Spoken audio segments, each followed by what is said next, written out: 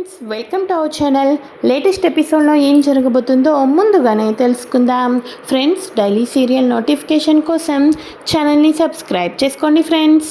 And పక్కనే ఉన్న bell ఐకాన్ని క్లిక్ చేసి ఆల్ ఆప్షన్ని సెలెక్ట్ చేసేయండి. ఇక సత్య అయితే క్రిష్ని ఆట పట్టిస్తూనే ఉంటుంది. తను డేట్ ఆఫ్ బర్త్ ఎప్పుడు ఇలా హింట్ ఇస్తూ ఉండటంతో ఎట్టకేలకు క్రిష్ అయితే కనుక్కొని దగ్గరికి వెళ్తూ ఉంటే ఆగు, నువ్వు కనుక్కున్నది ఇయర్ కనుక్కున్నావు, మంత్ కనుక్కున్నావు, కానీ పర్టికులర్గా డేట్ అనేది కనుక్కోవాలి కదా అని చెప్పేసి అనగానే, సత్య ఇది మరీ ఘోరం తెలుసా, నువ్వు నన్ను మరీ ఆడుకుంటున్నావు తెలుసా అని అనగానే, నీ తెలివికి పరీక్షిస్తున్నాను క్రిష్, నువ్వు అనుకుంటే ఏదైనా సాధిస్తావు అని చెప్పేసేసి సత్య మనసులో అనుకుంటూ, క్రిష్ ఇప్పుడు నీకు దగ్గర అవటానికి నా దగ్గర ఎటువంటి ప్రేమ లేదు అని అనుకోవద్దు. నిన్ను దగ్గరికి చేసుకోవటానికి నా గుండెల్లో చాలా ప్రేమ ఉంది. కానీ ఇప్పుడు అనుకున్నట్టుగానే మన ఫస్ట్ నైట్ జరుగుతుంది. ఆ తర్వాత మనకి వారసులు పుడతారు. మీ బాపు ఇంకా నిన్ను వాడుకున్నదే కాకుండా మనకు పుట్టబోయే బిడ్డల్ని కూడా వాడుకుంటాడని నాకు అర్థమైపోయింది. ఇప్పుడు ఎలాగో రుద్ర బావగారికి పుట్టిన బిడ్డను చాలా జాగ్రత్తగా అపురూపంగా చూసుకుంటారు. మనకు పుట్టిన బిడ్డకేమో కత్తులు ఇచ్చి చిన్నప్పటి నుంచి నోరిస్తూ ఉంటారు. అటువంటి వాళ్ళు ఉన్నప్పుడు మనకు బిడ్డలు పుట్టడం ఎంతవరకు కరెక్ట్? అందుకోసమే నీకు నిజం తెలియాలి. ఈ గూండాయిజాలు, రాజకీయాలు, రౌడీయిజాలు పూర్తిగా దూరం అయిపోయిన తర్వాత మనం ఆనందంగా ఒకటి అవ్వాలి. అప్పుడు మంచి పెంపకంలో ఇప్పుడు చూడు, చిన్న మావయ్య గారి బిడ్డ హ్యాపీగా ఫారిన్లో మంచిగా చదువుకుంటున్నారు. అలాగా మన పిల్లలకు కూడా మంచి లైఫ్ ఇవ్వాలి అని చెప్పేసి సత్య మనసులో అనుకుంటూ ఉంటుంది. ఇక మార్నింగ్ అవుతుంది. మార్నింగ్ అవ్వగానే ఇంట్లో ఉన్న వాళ్ళందరూ కూడా హాల్లో కూర్చొని టీలు కాఫీలు తాగుతూ ఉండగా అందరూ ఒకటి మర్చిపోయారు, ఈ ఇంట్లో ఒక శుభకార్యం ఉంది అని చెప్పేసి సత్య అక్కకు శ్రీమంతం చేయాలి కదా, కడుపుతో ఉంది కదా అనే విషయాన్ని అయితే గుర్తు చేస్తుంది. అసలే ఇంటికి నిజమైన వారసుడు రాబోతున్నాడు అని చెప్పేసి మహాదేవయ్యని చూస్తూ ఉండటంతో మహాదేవయ్యకు కోపం అయితే వచ్చేస్తూ ఉంటుంది. ఇక రుద్ర అయితే శ్రీమంతం లేదు, గీమంతం లేదు, శ్రీమంతం చేయకపోతే పుట్టిన బిడ్డ పుట్టకుండా కడుపులోనే పోతాడా ఏంటి అని చెప్పేసేసి రుద్ర అనగానే ఇక వెంటనే క్రిష్కి కోపం వస్తుంది. అన్నా, ఏం మాట్లాడుతున్నావో నీకు అర్థమవుతుందా? అసలు కడుపుతో ఉన్న ఒక అమ్మాయిని పట్టుకొని గిసువంటి మాటలా నువ్వు మాట్లాడేది? భర్తగా నువ్వు చేయాల్సింది ఇదే. అయినా నీలో ఇంకా ఏదో క్రూరత్వం ఉందని అనిపిస్తుంది, ఇంకా నువ్వు మనసులో ఏదో పెట్టుకున్నావేమో అనిపిస్తుంది అని చెప్పేసి క్రిష్ అనగానే, గాడి గట్లా చెప్పలేదు కదరా అని చెప్పేసి ఇక మన భైరవి అంటూ ఉంటే, మరేందమ్మా, భార్యకు శ్రీమంతం చేయాలంటే దగ్గరుండి అన్ని ఏర్పాట్లు చేయాల్సిన అన్ననేమో దూరంగా ఉంటాను, వద్దు ఇంట్లోనే చేసుకోండి అని అంటాడేంది అని చెప్పేసి అనగానే, వాడికి తెలియదులేరా, కడుపుతో ఉన్న ఏ ఆడపిల్లకైనా శ్రీమంతం జరిపించాల్సిందే, మనం శ్రీమంతం జరిపించుకుంటున్నాం, నువ్వేమంటావయ్యా అని చెప్పేసి అనగానే, నేనేమంటాను, జరగవలసిన కార్యక్రమాలు జరిపించండి అని అంటాను అని చెప్పేసి అనగానే, సరే అయితే ఈరోజు ఈవినింగ్ మంచి ముహూర్తం ఉంది, ఈరోజు అక్కకు మనం శ్రీమంతం జరిపించేద్దాం అని అనగానే, ఏంటి ఇంత త్వరగానా అని అనగానే, ఏముంది, మనం ఏమైనా ఒక్కరిగా ఉన్నామా, మన ఇంట్లో చాలా మెంబర్సే ఉన్నాం, మనం అనుకుంటే ఎంతలోకి అయిపోతుంది, ఏమంటావు క్రిష్ అని అనగానే, అవునవును సత్య, నేనేమనుకుంటాను అని అనగానే, అర్జెంటు పని మీద ఇంపార్టెంట్గా బయటికి వెళ్దాం అనుకున్నాను, కానీ ఇప్పుడు ఈ సీమంతంది అడ్డు పెట్టారు, చిచ్చి అని చెప్పేసి రుద్ర పైన నవ్వుతూనే లోపల రగిలిపోతూ ఉంటాడు. అయితే ఇక ఇదిలా ఉండగా అక్కడ చక్కగా రెడీ చేస్తూ ఉంటే, నిజంగా సత్య, నాకు జీవితంలో సొంత అక్క చెల్లెలు లేరు, కానీ తోటికొడలుగా వచ్చిన నువ్వు మాత్రం నాకు అచ్చట ముచ్చట అన్నీ చేస్తున్నావు. నా కడుపులో ఈరోజు బిడ్డ బతికి సీమంతం దాకా వచ్చింది అంటే అది నీ పుణ్యమే. నువ్వు లేకపోతే ఈ పూట నాకు ఈ ఆనందం అనేది, ఈ శ్రీమంతం అనేది నా జీవితంలో దేవుడు రాసిపెట్టి ఉండేవాడే కాదు. ఇదంతా నీ చెలవే సత్య అని అనగానే, అక్క ఇంకేమీ భయపడద్దు, ఇక అందరూ ఇప్పుడు నీ బిడ్డ ఎప్పుడు బయటకు వస్తారని వెయిట్ చేస్తున్నారు, ఇంకా ఆ రోజుల్ని నువ్వు మర్చిపో అని చెప్పేసి సత్య ధైర్యం చెప్తూ ఉంటుంది. దీనికి ఏదో రకంగా అభాషణ చేసి పడేద్దాం అనుకుంటే, ఇదేంది చివరాఖరకు సీమంతం దాకా వచ్చింది. దీనికి ఎలా చెయ్యాలి? ఏదో ఒకటి చెయ్యాలి. ఈ సీమంతం ఫంక్షన్లోనే కడుపులో బిడ్డ చచ్చేటట్టు చేస్తాను అని చెప్పేసి సొంత భర్త రుద్రాని ఈ రకంగా మనసులో అనుకుంటూ ఉంటాడు. ఇక క్రిష్ అంగరంగ వైభోగంగా ఏర్పాట్లు చేస్తూ ఉంటాడు. అప్పుడు మహాదేవయ్య అనుకుంటూ ఉంటాడు, నా పెద్ద కొడుకు తండ్రి కాబోతుంటుంటే కొడుకు కాని కొడుకు విపరీతమైన కష్టపడుతున్నాడు. గిసువంటీటికి వాడుకోవడానికి కదరా నీ మీద ఇంత ప్రేమ చూపించింది అని చెప్పేసి మహాదేవయ్య సత్యకు తెలిసేటట్టుగా మీసం మిలేసుకుంటూ ఉంటే, సత్య ఇంకెంతకాలం నీ ఆటలు నేను చూస్తూ ఉంటానులేండి మావయ్య గారు అని చెప్పేసి సత్య మనసులో అనుకుంటూ ఉంటుంది.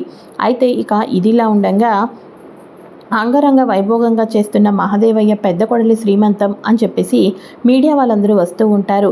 మిమ్మల్ని ఎవరు పిలిచారు అని రుద్ర అంటూ ఉంటే, నేనే పిలిచాను బావగారు అని అనగానే, ఇప్పుడు ఈ మీడియా వాళ్ళంతా దేనికి అని చెప్పి అనగానే, అదేంటది మన మావయ్య గారు కాబోయే ఎమ్మెల్యే, ఆ మాత్రం మనం ఇంట్లో ఎటువంటి కార్యక్రమాలు జరిపిస్తున్నాము, మహాదేవయ్య గారు ఇంటికి ఎలా అయితే పెద్ద మనిషిగా ఉన్నారో అంతే బయట కూడా ముందుగా మంచిగా ఉంటారని తెలుసుకోవాలి కదా. మావయ్య గారు జనాలందరికీ తెలియాలంటే మన ఇంట్లో ఏ శుభకార్యం జరిగినా 10 మందికి తెలియాలి అని అనగానే భైరవి అంటుంది, అవును ఇది మాత్రం నిజమే. మీడియా వాళ్ళతోటి నన్ను బాగా తీయండి, ఉదయం నుంచి కాదు ఇప్పుడు నేను అన్ని ఏర్పాట్లు చేస్తాను, అన్నీ మమ్మల్ని జాగ్రత్తగా తీయండి, ముఖ్యంగా నా భర్త అని చెప్పేసి మహాదేవయ్య పక్కన నుంచొని వీడియోస్ అన్నీ తీయించుకుంటూ ఉంటుంది. ఇక చుట్టాలు రిలేటివ్స్ అందరూ ఒక్కొక్కరిగా వస్తూ ఉంటారు. అనుకున్నట్టుగానే రేణుకను కూర్చోబెట్టి చక్కగా రేణుకకు ఒడి నింపి శ్రీమంతం జరిపిస్తూ ఉంటారు.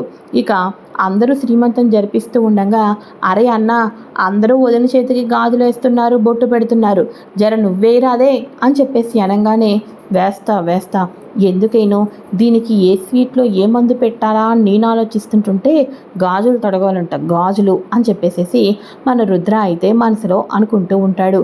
ఏంటి ఈ మనిషి ఈ మధ్య అసలు ఇంటికే రావటం లేదు, చాలాసార్లు ఈ మధ్య ఫోన్ కూడా లిఫ్ట్ చేయటం లేదు, అసలు ఈ మనిషికి ఏమైంది అని అనుకుంటూ ఇక తనకు తెలియకోకుండా ఇంకో అమ్మాయితో మాట్లాడుకుంటూ ఉంటాడు కదా రుద్ర.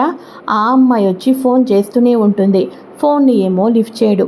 ఇది పక్కన పెడితే బీపీ వచ్చేస్తుంది. మరో పక్క టీవీలో బ్రేకింగ్ న్యూస్ వచ్చేసేసి ఇక చక్కగా రుద్ర అక్షింతలు వేయటం, గాజులు వేయటం ఇవన్నీ కనిపిస్తూనే ఉంటాయి. ఏంటి వీళ్ళ ఆవిడ ప్రెగ్నెంటా? ఇంతకాలం ప్రెగ్నెంట్ కానివ్వకుండా నేను చూసుకుంటాను, వారసుడు పుడితే మనకే పుట్టాలి అని చెప్పాడు, భార్యగా నేను నాకు మాత్రమే పుట్టాలి అన్నాడు, చాలాసార్లు అబార్షన్ కూడా చేశాడు. కానీ ఇప్పుడు ఈ భార్యకు శ్రీమంతం చేస్తున్నాడంటే అబార్షన్ ప్లాన్ చేయలేదు అంటే దానికి అర్థం ఏంటి? నన్ను మర్చిపోతున్నాడు, ఆ భార్యతోనే ఉండిపోతున్నాడని హింట్ అనమాట. ఇప్పటికి కూడా నేను తెలుసుకోలేకపోతే నా అంత పిచ్చిది ఇంకెవరిది ఉండదు. అయినా అసలు ఆ లావిడ కడుపుతో ఉన్న విషయం కూడా నాకు చెప్పలేదు చూడు. ఇంతకాలం నన్ను పెళ్లి చేసుకుంటాడని ఎవరికీ తెలియకోకుండా ఉన్నందుకు చివరాఖరకు నాకు బాగానే హ్యాండ్ ఇస్తున్నాడే. లేదు ఇప్పుడే వెళ్ళి తేల్చుకుంటాను, మీడియా వాళ్ళు లైవ్ చూపిస్తున్నారు కాబట్టి ఇంతకాలం నన్ను మోసం చేస్తావని తెలుసుకుంటాను, వారసుడు వస్తే ఇక నా సంగతి అంతే, నన్ను పట్టించుకునేవారే లేరు, అయినా వారసుడు నాకే పుట్టాలి అని చెప్పాడు, ఇప్పుడు మరి ఆ భార్యకి వారసుడు ఎలా పుడుతున్నాడు, ఇవన్నీ తేల్చుకుంటాను అని చెప్పేసేసి ఇక పెళ్లి చేసుకుంటానని మోసం చేస్తూ వచ్చిన మన రుద్ర గర్ల్ ఫ్రెండ్ వచ్చేసేసి తిన్నగా మహాదేవయ్య ఇంటికైతే వస్తుంది. మహాదేవయ్య ఇంటికి వచ్చేసరికి రుద్ర ఒక్కసారిగా స్టన్ అయిపోతాడు.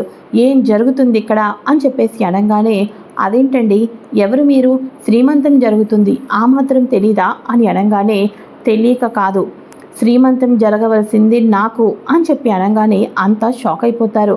మీకు శ్రీమంతం చేయించుకోవాలనుకుంటే జర నువ్వు కూడా నీ భర్తతో చేయించుకో అమ్మా, ఎవరొద్దన్నారు అని భైరవి అంటూ ఉంటుంది. నాకు శ్రీమంతం చేయవలసిన వ్యక్తి ఇక్కడే ఉన్నాడు కాబట్టి అని అనగానే అంతా ఒక్కసారిగా ఎవరు ఆలం అని అంటూ ఉండగా రుద్ర మొహం అయితే చూపిస్తుంది. లైవ్లో ఒక్కసారిగా బ్రేకింగ్ న్యూస్లో రుద్రాని ఆ అమ్మాయిని ఫోకస్ చేసి చూపిస్తూ ఉంటారు. అరే ఏందిరా పెద్దోడా, ఏంది లొల్లి, అసలు ఎవరీమే అని అనగానే, చెప్పడు నేను చెప్తాను, నన్ను పెళ్లి చేసుకుంటానని ఎన్ని రోజుల నుంచో మోసం చేసుకుంటూనే వచ్చాడు, పుడితే నాకు మాత్రమే వారసుడు పుట్టాలి అని అన్నారు, కానీ ఇప్పుడు ఏకంగా భార్యకు శ్రీమంతం చేస్తున్నాడు, మరి నా సంగతి ఏంటి, నా మెడలో 3 ముళ్ళు ఎప్పుడు వేస్తావు అని చెప్పేసేసి ఇక వాళ్ళిద్దరి మధ్య ఉన్న సంబంధం మొత్తాన్ని కూడా బ్రేకింగ్ న్యూస్ కింద బయట పెడుతూ ఉంటుంది ఆ అమ్మాయి అయితే. రుద్ర నేను చెప్పింది పో, మళ్ళీ మాట్లాడతాను, నువ్వు మర్యాదగా ఏడ నుంచి పో అని అంటూ ఉంటే కడుపుతో ఉన్న రేణుక వచ్చేసి ఒక్కసారిగా తన భర్త నిజస్వరూపం తెలుసుకొని షాక్ అయిపోతుంది. మరోపక్క మహదేవయ్య పెద్ద కొడుకు సంగతి బయటపడింది. మరోపక్క బ్రేకింగ్ న్యూస్ ఏమో టీవీలో మహదేవయ్య కొడుకు పేరు తప్పు చేశాడు, చిన్న కొడుకు లెక్క కాదు, పెద్ద కొడుక్కి 2 ఇళ్ళు ఉన్నాయి, రెండో భార్య వచ్చి గోలగోల చేస్తుంది. ఇదంతా కూడా బ్రేకింగ్ న్యూస్లో వస్తుంది. ఇక మహదేవయ్య ఇంటి పరువుని, మహదేవయ్య ఇంటి గౌరవాన్ని తీసింది ఎవరయ్యా అంటే ఇక గాయం కూడా తగలకోకోకుండా ఇక కంటికి రెప్పలా చూసుకుంటున్న తన పెద్ద కొడుకే మహదేవయ్య పరువు అంతా తీసేశాడు. ఇటువంటి బిడ్డలకు తండ్రి మన ఎమ్మెల్యే అయితే రేపొద్దున్న మన రాష్ట్రం ఏ రకంగా బాగుపడబోతుంది, మరెంతో మందికి ఏ రకంగా ఇన్స్పిరేషన్స్ అవ్వబోతున్నారు ఇలాంటి వాళ్ళు అని చెప్పేసి టీవీలో న్యూస్ రావటంతో మహదేవయ్య పేరంతా ఒక్కసారిగా డమాలని కుప్పకూలిపోతుంది. రుద్ర సంగతి అయితే ఇంటిల్లాది పాదికి తెలిసిపోతుంది. ఇక సత్య అయితే అయ్యో ఇప్పుడు బావగారి నిజస్వరూపం బయటపడిందని ఆనందపడాలా, అక్కకు అన్యాయం జరుగుతుందని చెప్పేసేసి బాధపడాలో అస్సలు అర్థం కావటం లేదే అని చెప్పేసి సత్య మనసులో అనుకుంటూ ఉంటుంది. అయితే ఇక ఇదిలా ఉండగా భైరవి వచ్చేసి ఏందిరా ఇది, గిసువంటి వేషాలు నీ దగ్గర ఉన్నాయా, సిన్నోని చూసినారు నేర్చుకోరా, వాడు నా కడుపున పుట్టాడు, నా పెంపకం, నువ్వు నా కడుపున పుట్టావా అనిపిస్తుందిరా అని చెప్పేసి భైరవి అంటూ ఉంటే తప్పు మాట్లాడుతున్నారు అత్తయ్య గారు, కొడుకు పుట్టింది అతను మీ కడుపులోనే, క్రిష్ పుట్టిందే మీ కడుపులో కాదు అని సత్య మనసులో అనుకుంటూ ఉంటుంది. ఇది ఫ్రెండ్స్ లేటెస్ట్ ఎపిసోడ్. మరి మహదేవయ్య కొడుకుని మహదేవయ్య చూస్తూ ఉండంగానే పోలీసులు అరెస్ట్ చేసుకొని తీసుకొని వెళ్తూ ఉంటారు రానున్న ప్రోమోలో. మరి నెక్స్ట్ ఏం జరగబోతుందో తెలుసుకోవాలి అనుకుంటే తప్పకుండా ఛానల్ని సబ్స్క్రైబ్ చేసుకోండి. Thanks for watching friends. Bye friends, welcome to our channel.